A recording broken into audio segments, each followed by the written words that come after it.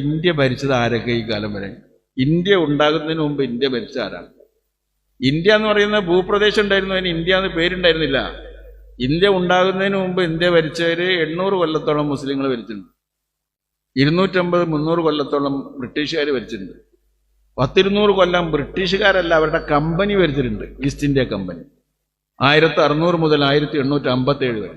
1858 ഇന്ത്യയുടെ ഭരണം ബ്രിട്ടീഷുകാർ നേരിട്ട് ഏറ്റെടുത്ത്. 1935 ഈ ഇന്ത്യക്ക് വേണ്ടി British parliament government of India act പാസ്സാക്കിയത് 1935. ആ കാലഘട്ടത്തിലൊക്കെ ഇവിടെ പ്രവർത്തിക്കുന്ന ഒരു പാർട്ടിയാണ് Indian national Congress.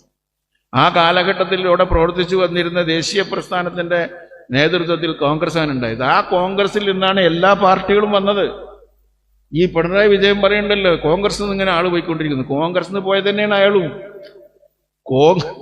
Congress party ഇവിടെ ഉണ്ടായിരുന്നുള്ളൂ. ആ കോൺഗ്രസ് പാർട്ടിയിൽ കമ്മ്യൂണിസ്റ്റുകാർ ഒരു ഗ്രൂപ്പ് ഉണ്ടാക്കിയിട്ട് കോൺഗ്രസ് സോഷ്യലിസ്റ്റ് പാർട്ടി എന്ന് വേറൊരു പാർട്ടി ഉണ്ടാക്കി. രണ്ടു കൂട്ടരും കോൺഗ്രസ് തന്നെ നിൽക്കുകയാണ്. ഒരാൾ CSP ആണ്, മറ്റൊരാൾ കോൺഗ്രസ് ആണ്, പക്ഷെ ഒറ്റ മെമ്പർഷിപ്പാണ്. അപ്പൊ അങ്ങനെ അവസാനം CSP മാറ്റിയിട്ട് അവർ കമ്മ്യൂണിസ്റ്റ് പാർട്ടി ഉണ്ടാക്കിയിട്ട് കോൺഗ്രസ് നിന്ന് ഇറങ്ങിപ്പോയവരാണ്. എല്ലാം കോൺഗ്രസ് നിന്ന് പോയവരാണ്. എല്ലാ പാർട്ടികളും കോൺഗ്രസ് ആകുന്ന മാതാവിന്റെ ഉദരത്തിൽ നിന്ന് വന്ന സഹോദരന്മാരാണ്. അപ്പൊ അതുകൊണ്ട് ഇദ്ദേഹം പറയുന്ന കോൺഗ്രസ് നിന്ന് ആര് പോയി? ആര് പോയി? കോൺഗ്രസ് നിന്ന് ആര് പോയി? എന്തൊരു സന്തോഷമാണ് അറിയാം പിണറായിക്ക്. 10 ആള് കോൺഗ്രസ് നിന്ന് പോവുക, ഏതെങ്കിലും തെരഞ്ഞെടുപ്പിൽ ഒരു കോൺഗ്രസ് തോറ്റിട്ടുക, ഇത്ര ഒരു സന്തോഷം. അന്ന് പെരുന്നാളാണ് ഈ ചങ്ങായിക്ക്. നമ്മൾ ആലോചിച്ചു, അന്നാണ് പെരുന്നാൾ. വാസ്തവത്തിൽ ഇവര് ഫാസിസത്തിന് എതിരാണെങ്കിൽ, ഇവര് BJPക്ക് എതിരാണെങ്കിൽ, ഫാസിസ്റ്റുകൾക്ക് എതിരാണെങ്കിൽ, ഏകാധിപത്യത്തിന് എതിരാണെങ്കിൽ, ന്യൂനപക്ഷത്തിന്റെ പക്ഷത്താണെങ്കിൽ ഇവരെന്താ വേണ്ടത്? BJP തോൽക്കുമ്പോൾ ചിരിക്കണം, BJP തോൽക്കുമ്പോൾ ചിരിക്കണം. കോൺഗ്രസിന്റെ ക്ഷീണം വന്നാൽ ഇവർ സാരല്ല എന്ന് പറയണം. നമുക്ക് കൈകാര്യം ചെയ്യാതെ സമ്മതിക്കാൻ പാടില്ല. അങ്ങനത്തെ ഒന്നും നമ്മൾ പ്രോത്സാഹിപ്പിക്കണ്ട. കോൺഗ്രസ് വിരോധമാണ് കമ്മ്യൂണിസ്റ്റ് മാർക്സിസ്റ്റ് പാർട്ടിയുടെ മൂലധനം. കോൺഗ്രസ് വിരോധമാണ് അതിന്റെ മൂലധനം. കാലഹരണപ്പെട്ട കോൺഗ്രസ് വിരോധം മാത്രമല്ല, ഇത് ഇവിടെ പടിതിരി കത്തുകയാണ്. ഇനി ഒരുപാട് കാലമൊന്നും ഇപ്പൊ ഇത് ഉണ്ടാവില്ല. ഒരുപാട് കാലമൊന്നും ഇത് ഉണ്ടാവില്ല. കാണേണ്ടവരൊക്കെ ഇപ്പൊ കണ്ടോളി. ഇന്നലെ കോഴിക്കോട്ട് വന്നപ്പോൾ കുറച്ച് ആളുകളൊക്കെ കണ്ടുണ്ടാവും അല്ലേ? ഈ അരവിന്ദ് കെജ്രിവാളിന് മുമ്പേ അകത്ത് പോകേണ്ട ആള് ആരായിരുന്നു നിങ്ങൾക്ക് അറിയാലോ. എന്താ പോകാത്തത്? അണ്ടർസ്റ്റാൻഡിങ് ആണ്. BJPയുടെ ഒരു ധാരണയിലാണ്. അതുകൊണ്ട് ഇവരെ ജയിപ്പിച്ചാൽ അവിടെ നമുക്ക് ജയിക്കാന്നൊക്കെ പറഞ്ഞിട്ട് മുസ്ലിം സമുദായത്തിൽപ്പെട്ടവരെയൊക്കെ പറ്റിച്ചു വോട്ട് വാങ്ങാനൊക്കെയുള്ള ശ്രമം നടക്കും. ഏത് ഇവരെ ജയിപ്പിച്ചാൽ മാർക്സിസ്റ്റ് ഒന്നും കൂടി ഒരു വലിയ ഉശിരുണ്ടാവും.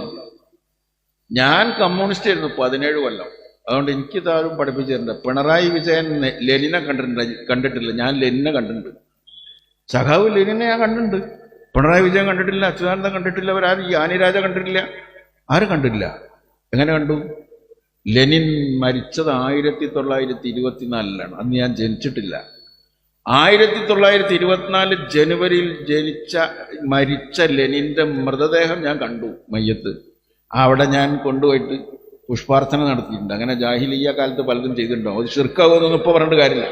അന്നത്തെ ഷിർക്കല്ല ഇപ്പോഴത്തെ ഷിർക്ക്. അപ്പോ ജാഹിലിയ്യ കാലത്ത് അങ്ങനെ പലതും ചെയ്തിട്ടുണ്ടോ? അവിടെ പുഷ്പാർച്ചന നടത്തി. അപ്പൊ ഞാൻ ലെനിന്റെ മൃതദേഹമെങ്കിലും കണ്ടിട്ടുണ്ട്, ഇവരാരും കണ്ടില്ല.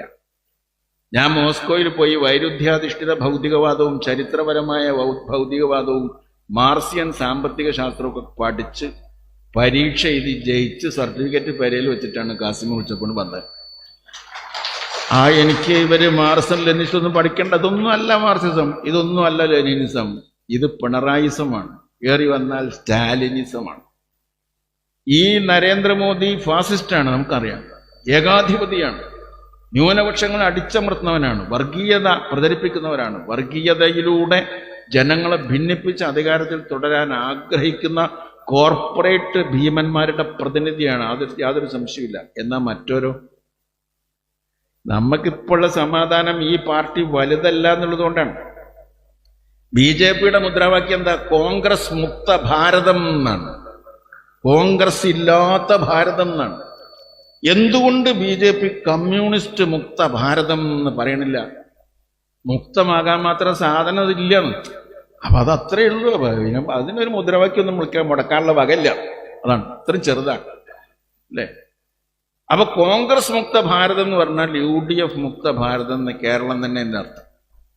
മാർക്സിസ്റ്റ് പാർട്ടിയുടെ കേരളത്തിലെ മുദ്രാവാക്യം കോൺഗ്രസ് മുക്ത കേരളം എന്നാണ്. മോഡിയുടെ മുദ്രാവാക്യം കോൺഗ്രസ് മുക്ത ഭാരതം എന്നാണ്. അവ രണ്ടും കോൺഗ്രസ് ഇല്ലാതാക്കാൻ നടക്കുന്നവരാണ്.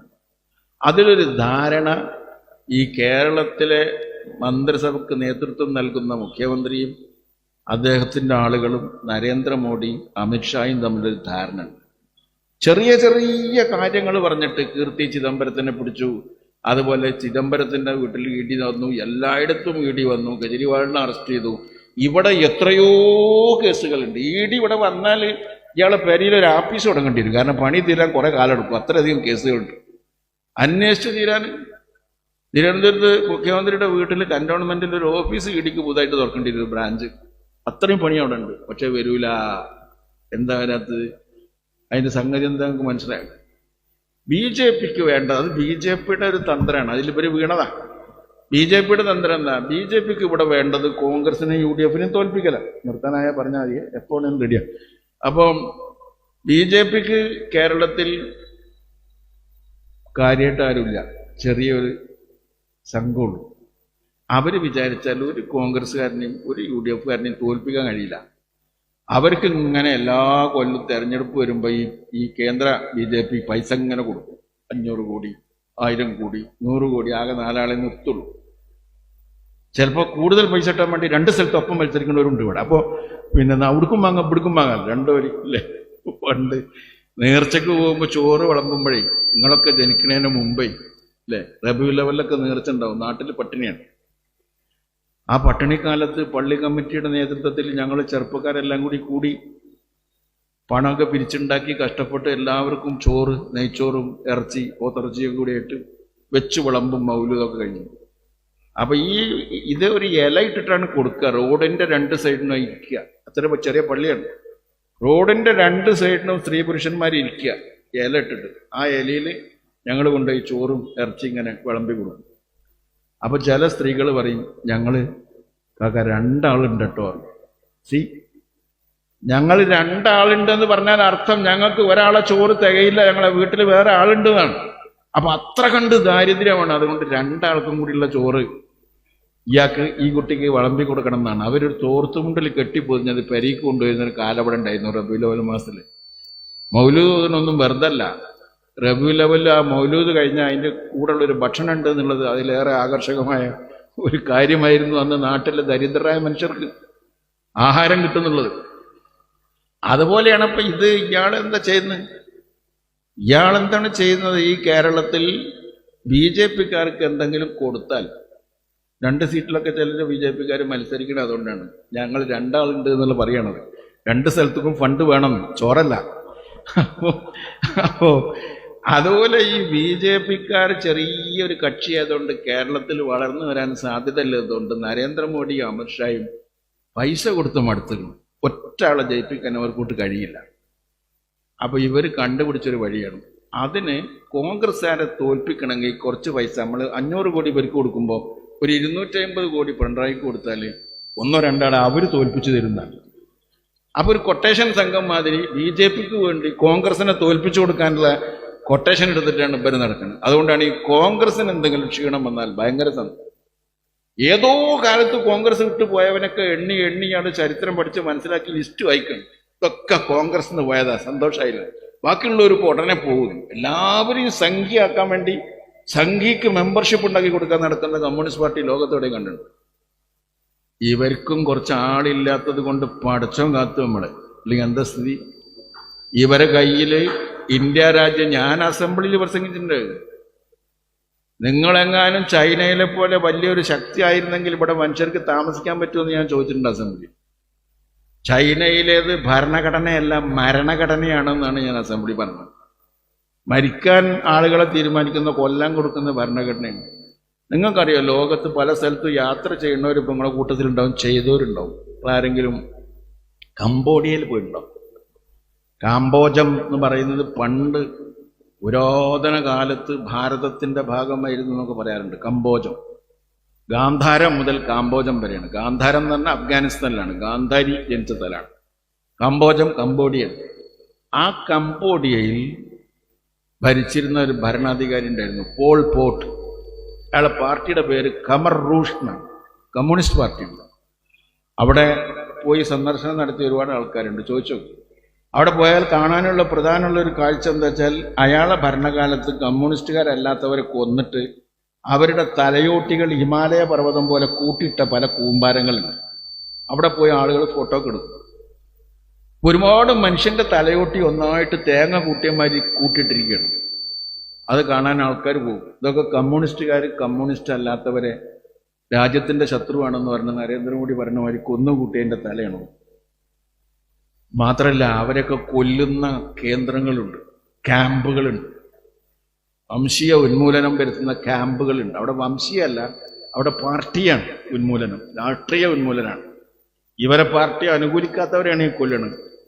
അങ്ങനെ കൊല്ലാൻ വേണ്ടി മുതിർന്നവരെ വീട്ടിൽ നിന്ന് പിടിച്ചു കൊണ്ടുവരുമ്പോൾ ബസ്സിൽ ഇങ്ങനെ വരുന്ന വഴി ആ മുതിർന്നവരെ ക്യാമ്പിൽ എത്തിച്ച് കൊല്ലാനെ ഏൽപ്പിച്ചു കഴിഞ്ഞാൽ പിന്നെ പട്ടാള ലോറി പോയിട്ട് ഈ കുട്ടികളെ പിടിച്ചുകൊണ്ട് വരും വീട്ടിൽ നിന്ന്.